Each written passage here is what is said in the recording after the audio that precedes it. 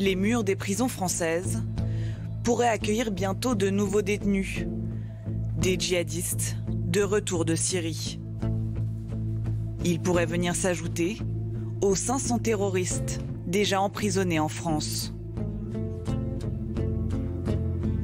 Les établissements pénitentiaires seraient inaptes à accueillir de tels profils, d'après ce syndicaliste.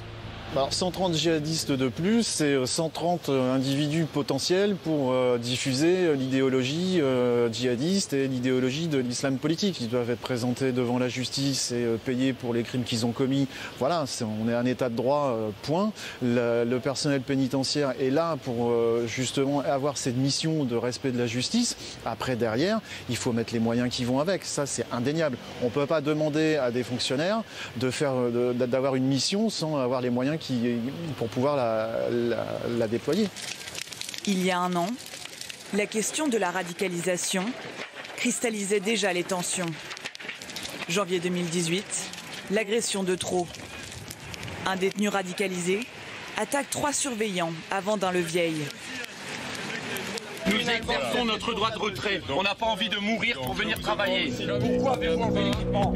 Pourquoi avez-vous enlevé l'équipement? Vous ne répondrez pas parce que vous avez fait une erreur. Le conflit social se propage dans toute la France. 2 semaines de blocage, du jamais vu depuis 25 ans. La ministre de la Justice doit intervenir. Elle accorde 1100 postes supplémentaires, une augmentation des indemnités et le renouvellement d'une partie du matériel.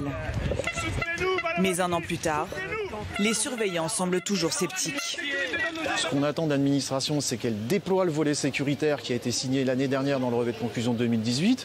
Et sur la thématique beaucoup plus précise des détenus terroristes islamistes, c'est effectivement de se mettre enfin autour d'une table et de décider de la construction de structures étanches adaptées à ce type de profil. Des prisons peu préparées, mal équipées, et des failles de sécurité qui se rappellent sans cesse à l'actualité. Encore hier, un détenu condamné pour trafic de stupéfiants et braquage s'est évadé avec l'aide de complices lourdement armés.